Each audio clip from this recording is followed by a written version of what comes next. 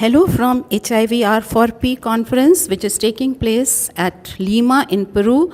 And I'm really honored to have with me Jim Pickett, our old-time friend, philosopher, and guide for me, at least. And Jim is currently senior advisor at AVAC and also directs the Choice Agenda project of AVAC and does a lot many more things, which I would like to hear from his mouth only. Thank you, Shobha. So nice to see you, and nice to talk to you and CNS and catch up.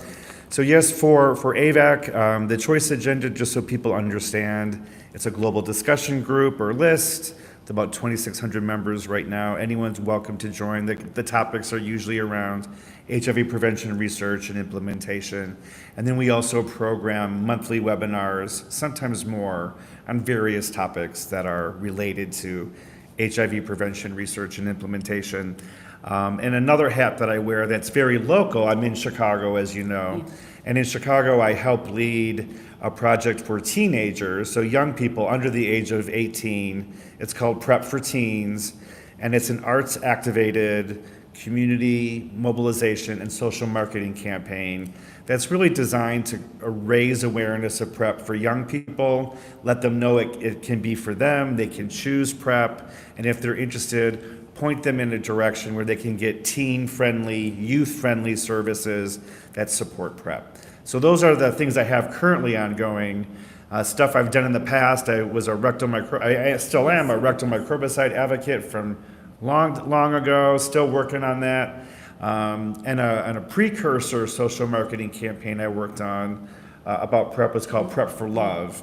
And we launched that on Valentine's Day in 2016. And that was a campaign that really paired intimacy and pleasure with PrEP. And we took out sort of fear, took out stigma, and really tried to make PrEP sexy and position it as a way to have the kind of sex you want to have and not worry about HIV. It was very meaningful. I loved working on that. That ran in Chicago for several years. That actually influenced France, adopted that campaign, and then shot it with their own models for France's first ever social marketing campaign. So it was like in the metros in Paris and stuff. It's pretty cool. And that campaign actually inspired PrEP for Teens, because PrEP for Love was very much an adult campaign. And we were recognizing, we haven't done anything for young people. In our country, you can get PrEP down, it's not even based on age, it's based on weight. So a 13-year-old can get PrEP and can consent for it. And but we don't have a lot of information or materials that are really designed for 13, 14, 15, 16-year-olds. So we took it, we did some research, and now we're in implementation, and it's fabulous. I love it. Okay, thank you. We'll come to that later, because you say in your country it's available, and in many countries, like there's so many disparities. In India, it's not even in the public health program till now. Right. So, Jim, we last met on site in, I think, 2016 in Madrid. At 2018. 2018, sorry. 2018. And a lot of water must have flown down the river in these 6 years. So what has changed according to you? Pitfalls, successes? Well, so as we all know, so much happened between 2018 and now. We had COVID, which kind of reshaped our entire world and was traumatizing. And also it really changed some things for the better. We got, I think, globally, overall, I'm sure there's lots of exceptions, but we got better at telehealth and finding new ways to deliver health. We knew we couldn't do the same old model. And we had to shake things up because we couldn't be in public. People didn't want to be around other people. We didn't want to continue COVID or spreading COVID, so we had to, and still deliver services. So how do you do that? So I think that there's been some good things that came out of COVID. We also learned that we could develop a vaccine and get it out there. Now, did we deliver the vaccine well? Not really. Overall, we failed in many parts of the world, but we were able to develop a vaccine quickly, and that was a win.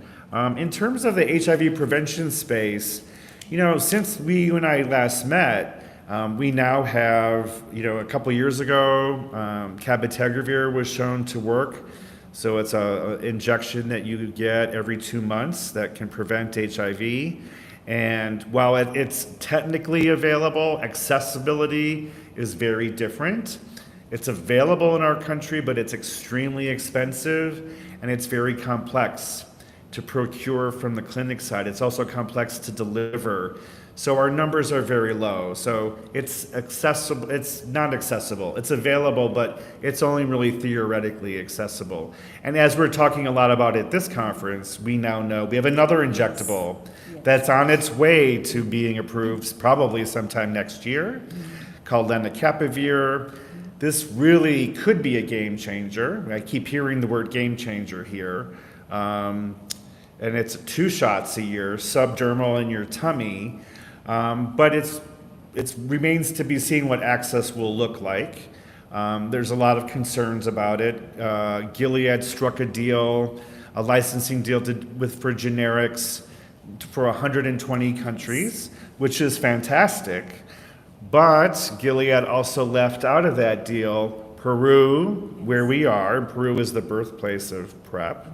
And Peru was part of the study that lenacapavir that showed it worked.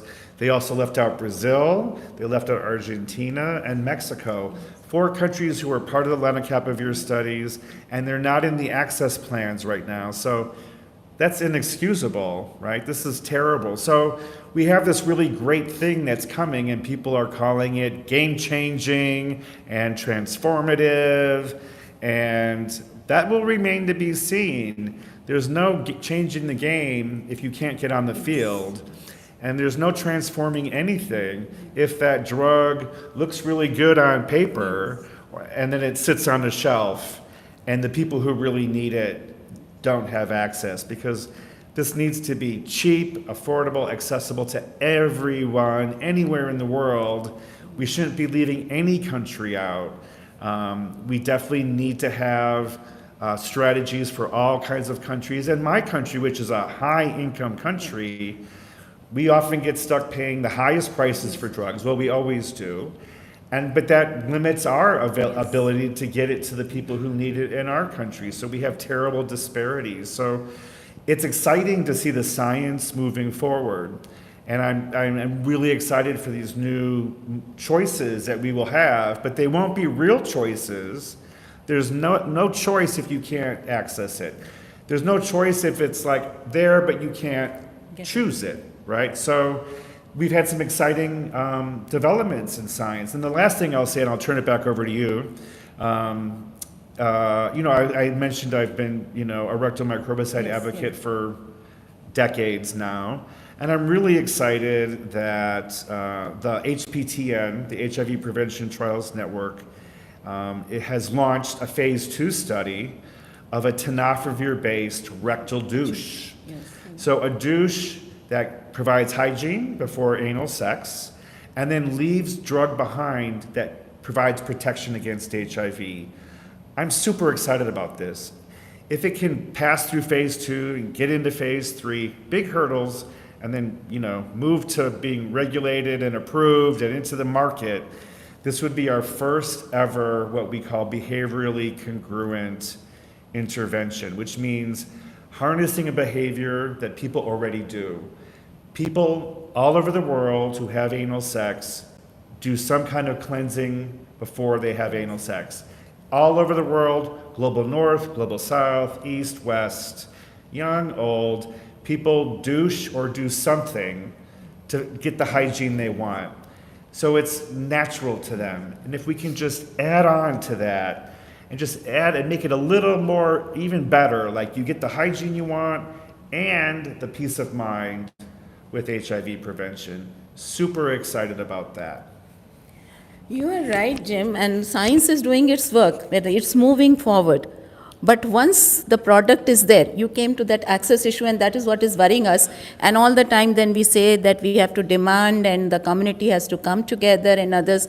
Is there some other way out? That there was a question, I was attending that session where the douche was discussed, and there was a question from one of the audience that how long will it happen that the researchers are doing the work and then every time you have to fight for the access. And even about Lenacapavir, yes, thanks to Gilead, but thanks to so many people also along with Gilead. And as you said, why 100? I am also wondering why 120 countries only, why 4 countries left out of that? And also, we do not know what will actually be the price after that, what they call voluntary licensing. Right. So again, we are totally dependent upon the private sector and the pharma sector. Is there some way out of this?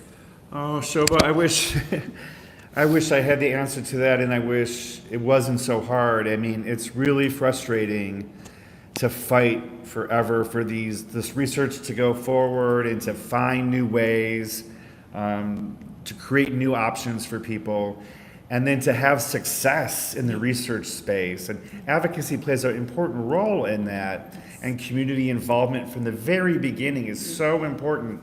And then to have something, and now we have yet another. I think of it as we climb one Mount Everest, we get to the top, and then we're like, oh, there's second Mount Everest. And that might even be a taller version of Mount Everest.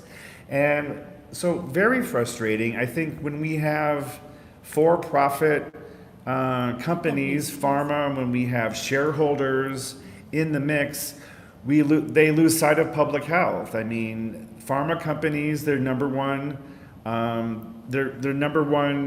motivation, what they focus on is their shareholders and creating profit and making money. And public health isn't about profit. It's not about money. It's about access and everyone, regardless of their means, being able to get what they need. So there's conflict and tension in that relationship. I think we can't let up. I mean, as frustrating and exhausting as it is, we have to yell, scream, fight, and we have to have an inside strategy and outside strategy. We need people, at the proverbial gates, knocking them down with torches and pitchforks. We need people at the negotiating table who are saying, there's crazy people out there, we need to fix this. We really need to, and we can't let up, and we can't just throw up our hands and say, oh, well, sorry, if you can afford this, if you're lucky enough to be somewhere where it's affordable or it's covered by your government or covered by insurance, good for you, and the rest of you, sorry, we tried. That's not acceptable. So I think it's an all hands on deck. Mm-hmm. I think it's everyone who's involved, from every community person, organizations, governments, policymakers, funders, pharma. We have to hold them accountable. And, we're bringing forward evidence. We know, I don't know the numbers off the top of my head, but lenacapavir can be made for rather inexpensively. $40, I think there was some estimate. So it's very low. I'll trust your number because right now I'm not. I think it's around that. Yeah. But it doesn't need to be priced at $40,000 to be profitable. So, accept less profits. You're still going to be profitable. We're not asking pharma to do this for free. We know people need to be paid, and innovations deserve their rewards. But do they deserve rewards that are just exponentially beyond profit and just exponentially so high that it can bankrupt health systems, or make it so that health systems say, never mind, we just can't do this. And we have all these innovations, but we can't pay that kind of money. We can't bankrupt our health system for one innovation when we have multiple health needs in any community. So I think it's not a great answer. It's not an easy answer, but I think we all need to use our voices, use our platforms, every chance we get, not take good enough, and certainly not take no for an answer. We have to, keep digging in our heels, fighting, yelling, negotiating, and keeping in mind the end game here. The end game is, if we really want to end HIV, we really want to take HIV out of the equation of things that impact humanity, these interventions need to be costed to move. And we know, in the United States, in a high-income country, even if something is if it costs $1 or $5, that's a barrier. That $1 or $5 could be someone's meal that day, or their train ticket to get to work. And they have to be covered by the state, by the government. They have to be subsidized. And we can't subsidize things that are so grossly expensive.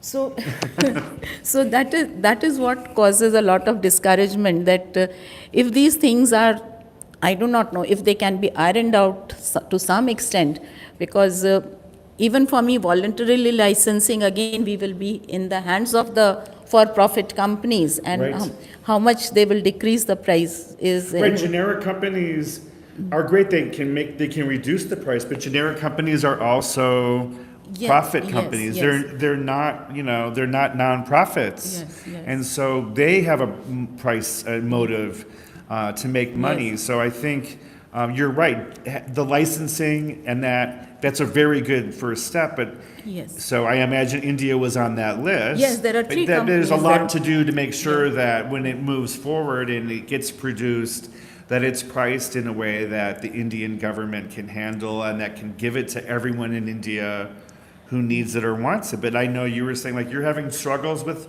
oral prep, and oral prep was approved, my God, 2012, Yes. right? 2012, and we're now 2024, 12 years ago. Yes. And we're still struggling with that in many places in the world. So, yeah, it's a tough one. It's like it's not in the public health program at all in India. So, but treatment is free. See, the paradox is that, so in a way you are asking people to get the virus and then we will treat you for free for lifelong. Means what sort of economy is this? And talk about perverse incentives. Like that's not, so right, if you have HIV, those drugs that we're using to prevent it also, now you get them free, but now you have a disease the rest of your life that's going to impact your life. Even with good medication, the disease is in your body and it wears things out over time. And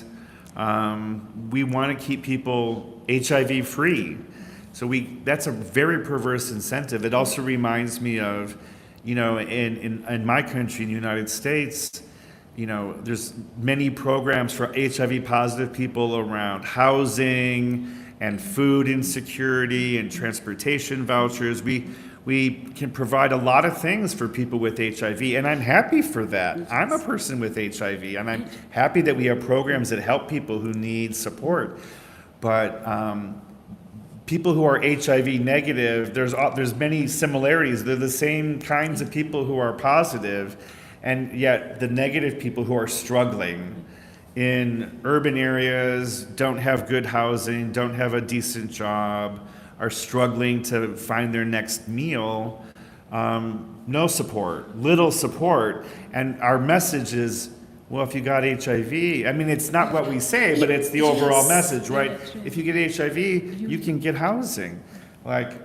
So I think there's more and more programs now that are saying, hey, we've heard housing is healthcare. Housing is also prevention. If we can get someone stably housed, make sure they have a full belly, make sure they're in a safe, stable place, that's HIV prevention all on its own, whether we give you a drug or a condom or anything. And so I think we're having more recognition of that, but of course, these are big structural issues, and the HIV community can't alone handle our problems with people who are unhoused. The amount of people who don't have stable housing is way beyond the scope of the HIV field. And that is a truly all hands on deck that all of us as humans need to be working on.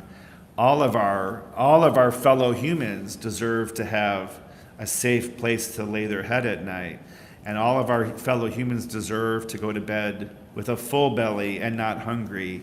And again, what we're talking about here is just a narrow, so narrow. So I even go back to, as we have these interventions for people and we make them hard to get, we make them expensive, or they have to jump through hoop after hoop after hoop.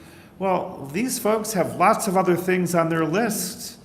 They have all kinds of other needs. There's not a person on the planet whose only need is HIV prevention. Guarantee you, there's not one. If there is, I want to meet them because they're a unicorn, and I would be fascinated to know someone whose only concern is HIV prevention. People who have HIV prevention as a concern have many other concerns, and many times for those folks, these concerns are more pressing. Where I'm going to sleep tonight? How am I going to get a job?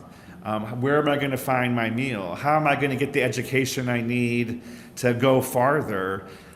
Those are priorities, and HIV prevention goes down the list. So if we make HIV prevention really hard to get, we may have this fabulous thing, but it's hard to get, it's expensive, it's bureaucratic, it requires lots of visits, it requires paperwork or money.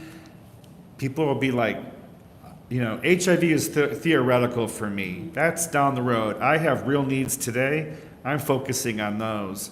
So we really need to be thinking about all of this as holistically as possible and seeing people as full beings that have all kinds of needs that need to be met. And the more we can meet those needs, those support HIV prevention. Again, if you know where you're going to sleep tonight, you have less HIV vulnerability than if you are, I'm not sure. I'm going to find out. I have to figure something out. We'll see what happens. That makes you more vulnerable. And if we can reduce that through structural interventions and society-wide interventions, again, it requires a lot of commitment, political commitment, money, energy. But I think the more we can see these things as big packaged together and not sort of separate niche things, because you as a person, you're not separated. You're one whole person. Yes. I'm one whole person, and we have to be thinking about, I think, our communities that way as well. Yes, so that social inequity, unless it goes, and I think that is where we have to put our minds in. Jim, I was surprised even during COVID time, say, and then we start blaming the person and the people, Right. that it is they who are responsible. So there was that simple thing that wash your hands as often as you can during COVID to prevent infection from spreading. Now, there were so many, at least in my country, and I'm sure in other countries as well, people did not have enough water to drink. They did not have enough potable water in their house. Where would they get the water to wash their hands every time? That's a perfect example. Yes. It's a perfect example. And then what you mentioned before really resonates with me, and it makes me really sad because our instinct right away is to blame the individual. Yes. It's the individual's problem. It's you need to do something when there's these huge structures that are not their responsibility. Their lack of access to enough clean water is not their fault. It's the fault of a system and a structure that has been designed in a way that doesn't share water equitably. And so, but yet we now make it's on you to figure that out. And it's very diabolical because it isn't about individuals. So much of this stuff is about structures. And I'll go, an example in the United States, we have a healthcare program called Medicaid, which is for people who don't make a lot of money, right? And so we have some states that have expanded Medicaid and brought more people onto their rolls, made it easier to get this kind of broad health insurance. And we've had a number of states who have not expanded Medicaid. Well, if we look at where HIV is happening and where we have worse outcomes in terms of care and prevention, you can guess where I'm going. Where we have expanded Medicaid, we're doing better. Where we have not expanded Medicaid and made it much harder for people who are not making much money to get the health care they need, guess what? They're getting HIV more. They're not having access to treatment. They're not able to get to undetectable and stay there because these structures and systems have failed them. It's not a failure of them as people, but it's unfortunate, and especially in the US, which is so individual-centric, we love to blame things on individuals and people and communities as opposed to the huge structures of which they do not have control. And it is not their fault. Is it your fault that you don't have access to enough water every day? Did you do something that led to that? No, somewhere, some much bigger force has created that situation. And I think the more we're conscious of that, we can untangle it and dismantle it and tear it down and rebuild things that say, you know what, no matter who you are, no matter how much money you have, no matter how much money you don't have, you deserve access to clean water. You deserve a roof over your head. You deserve some basics for humanity. And I think we have to keep sort of that drumbeat up as much as we can. This is a little political question, but so you may, if you don't want to answer, you may not. But do you think with the, like, I'm very worried with the rise in right-wing governments coming in many countries. Is that impacting or going to impact our services? Oh yeah, and so I'll just make a statement just to keep. Yes, you know, yes, I work yes. I work for nonprofit organizations. Right. So I'm representing myself now, Yes. Jim Pickett, as a person and as a voter in the United States. I'm not representing an agency and organization. And I'm a consultant, so I do just work for myself. And my job with AVAC is consulting. My job on Prep for Teens is consulting. So saying all of that, I'm very worried. And we have seen the rise of right wing all over the world. Yes. And we've seen it in the United States. We are so close to electing an authoritarian tyrant who is evil. I mean, I would not, it feels crazy, histrionic to say that, but Donald Trump is a really bad person. And it's not just him. He is, an entire party now has been turned towards him as this sort of leader, almost godlike. And there's a lot of hate feeling it. There's a lot of racism feeling it. There's misogyny feeling it. There's this idea that democracies don't work. We've seen that in India, Yes, right? yes, Democracy of is a course. very important, you know, Oh, India is a big democracy. Yeah, very big, but see what is happening. But you're seeing, right, you know, like democracies don't work. We can't let people make their own decisions. Only a select few should make decisions for the rest of us. Well, we're seeing that in our country, and it's really scary. And I think we have to push back. And I'm hoping we're able to push back in the United States and elect Kamala Harris and Tim Walz, who are not authoritarians. Will they be perfect? Will I agree with everything they do? 100% no. But I'm not looking for that. I'm looking for people who are reasonable, who believe in the rule of law, who believe in facts and science, who believe in that there are facts, that there is truth. I mean, one of the huge problems I have with Donald Trump is he lies. They all lie. They lie all the time, to the point no one can determine anymore what's truth or not. And it's dangerous. So I know, like the other selection, Walz and Harris, they are decent people, and they're not going to spray us with a fire hose of lies. So I'm deeply concerned. I have some optimism that we're going to be able to do the right thing in the United States. But, you know, and I worry for the world, because the United States, the role the United States plays in the world, what happens in our country will have impacts everywhere. We fund research, we fund stuff, good stuff. We also fund a lot of terrible stuff, but we do good in the world, and our policies and our priorities can hurt a lot of people, or they can help a lot of people.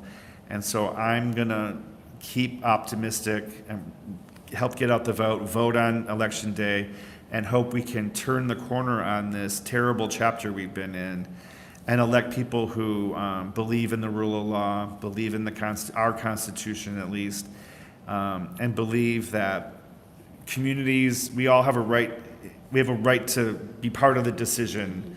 We have a vote, we have a say.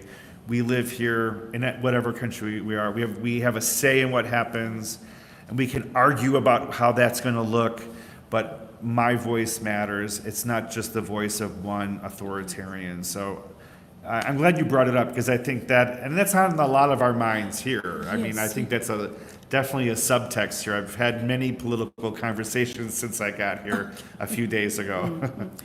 Because there are so many countries in Europe also who are Yes. getting into this right-wing thing, and that is like it's pushing us back. I do not know how many years or a century back in Centuries. yes. What Yeah, I mean, what's happened with abortion access in our country? I mean, we Yes. took away the Roe v. Wade Supreme Court decision, with that being struck down now means it's up to the states. So Yes. about half our states have abortion restrictions. And so basically treating women like they're chattel, like Yes, they're yes, cattle, like they're vessels that have no control over their lives. And that's really scary. And it's, we have to push back because that is taking us so far back. Women, all of us need to have bodily autonomy. Like that's just so basic and central. Like you should make decisions about your body. I make about mine. If I don't like abortion, I don't have to have one. And it's not my business whether you do that or not. You have a right to your own health care decisions and to not have the state and not have elected officials deciding. So right now in our country, depending on where you live, depends on what kind of health care, again, what you can get. So I'm lucky that I live my state is Illinois. We're like a haven. We've protected abortion access. We have protected like trans folks and protected health care for queer people and women, etc. But many of the states around us, no. There's huge swaths of the country where there are no protections anymore. And if you don't have means, you can't leave the state. You can't just go somewhere else to get it. So it's very concerning, and I will be very glad when Election Day is over and we can have a new president, and we can turn the tide on this. And I think the last thing I'll say on the political side, we're a two-party system in our country, Democrats and Republicans. We need two parties. We need the Republican Party to come back. And we need that tension. We need to have that discussion. There are different ways to do things. And it's not just about the Democrats. But right now, the Republican Party, they're climate deniers. They're denying science. They're denying, like, the sun sets in the west, basically. And that's not a place you can negotiate from. We have to agree on facts. Exactly. And then we have different ways. We may have different priorities, and that's what a democracy does. You fight over those priorities, and you move, and you try to find consensus, and you find the best solution listening to everybody. We need to get back to that, and our country really needs two parties that can do that. And not just your country, Jim. I think so many countries in the world need that because we are moving, science is moving maybe 10 steps ahead and we are moving 100 steps back. Yes. I 100% agree. I 100% agree.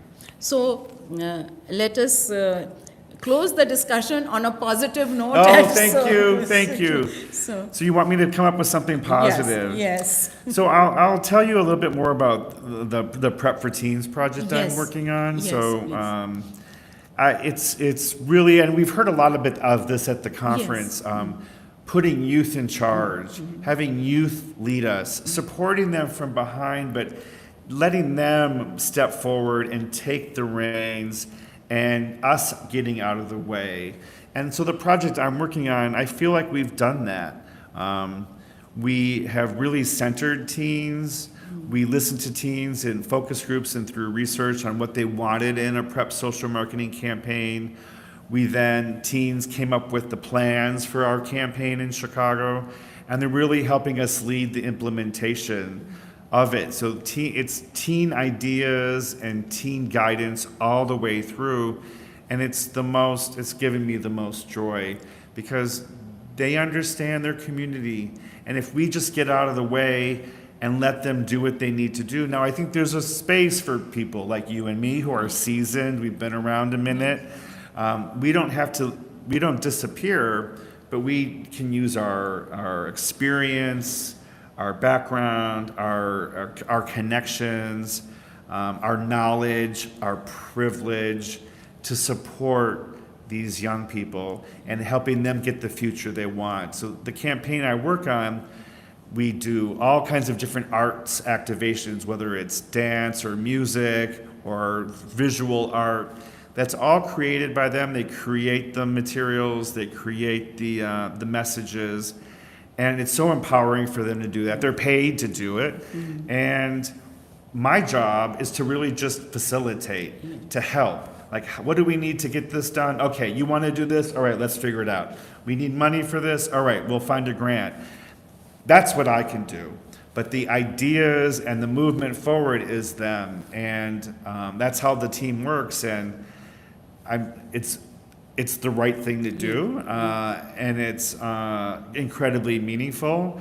And coming back to the conference, there was a whole youth focused satellite that the Mosaic Consortium did.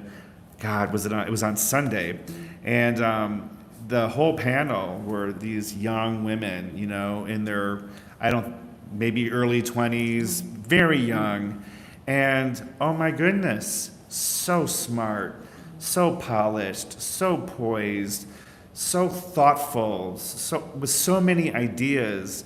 And it's their time to be leaders. Someone said in this session, these are not the leaders of tomorrow. These are the leaders of today. So let's stop talking about youth as our leaders of tomorrow. Let's look to youth as our leaders of today. And folks like us who are seasoned, we know when to step aside. We know when to step in the background. We know when to share space. We know when to exit the space and stay supportive from behind. We have a role to play, but it may not be front and center anymore. And I think for a lot of us, it's hard to give up being at the front and the center. It's like, what do I do if I'm not at the podium? There's a lot of things you can do if you're not at the podium. It's someone else's time. You support them from behind. And I'll tell you, I've been on the front of the podium, and where I am now with this campaign, this is some of the most meaningful, joyful work I've done in my life. Seeing these things just kind of grow, Blossom. You see the light in the eyes, you see the magic happen. It's absolutely remarkable. And I don't need to be at the very center of it to feel amazing. I mean, it's some of the most beautiful things I've been connected to ever. So I will leave it on that, I think. Yes. Youth will lead us, and let's look to young leaders, because I think we talked about all these intractable problems. And all this, we got us into these problems. People our age and older, generations of people have got us here. And we have to change the script on this. And I think there's a lot of really smart, motivated, committed youth. If we support them to really shine, they can help us fix some of these problems, move us forward instead of going back, like you said, decades, if not centuries. So I'm really, that session gave me such hope and joy for what can be had in the future. And it was the youth were all young African women. And to a person, they were so impressive and so astounding. I couldn't imagine being that poised and confident when I was 20 in a stage in another country in front of hundreds of people. And wow, they can really take us there. So I think that's going to be how I leave us on this conversation. That's what I'm hoping for. Yes, but I hope this goes on to other countries and not just remains confined there. Right, I think let's all learn. Africa needs to can teach us these things, because we want to do this in India. Yes. We need to do this in the United States. We need to do this everywhere. We need to be refocusing and looking towards not just saying, youth, you will have your time. We always like to push it off. You have to do this or that first. Your time will come. No, your time is now. Do they still need us? Yes, they need us to support that path. But we really need to get out of the way. And I think if we did more of the getting out of the way, we would see radical change. And I'll go back to politics in a positive way. Yes. I think our country, my country, is more than ready for a woman leader. I think women, I'm a fan of women. And I think having a woman in charge is something we need. And I think that that perspective, what women, their lives and what women go through, they bring a very different lens and experience to the work. And I think it's time to give folks who haven't been in the spotlight or who haven't had leadership, youth, women, other minority, gender minority, sexual minority, whatever the case may be, let's give them their shot. And I think that could also help be some of the undoing that we need to do. Thank you so much, Jim. And you just, maybe you are just echoing my thoughts, because I strongly believe in what is called a feminist world order, which we need, which...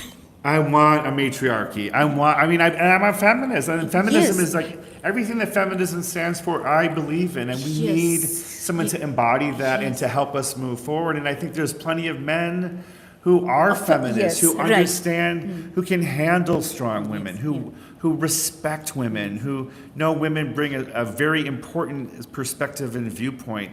Of course, we can say not all women and not all women leaders in our history have been good in other countries, but oh my goodness, I think it's time to have some diversity, equity, and inclusion at all different levels of our government, of institutions, researchers.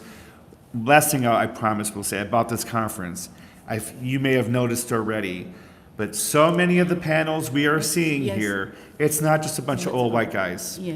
How many conferences have we gone to, Shobha, where it's mostly white guys and maybe one woman, or mostly people from the from the north, and very few people with brown or black skin? Here, it is the opposite.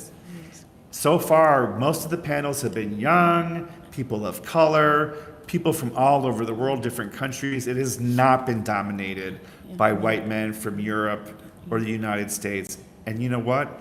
It's been a great conference so far.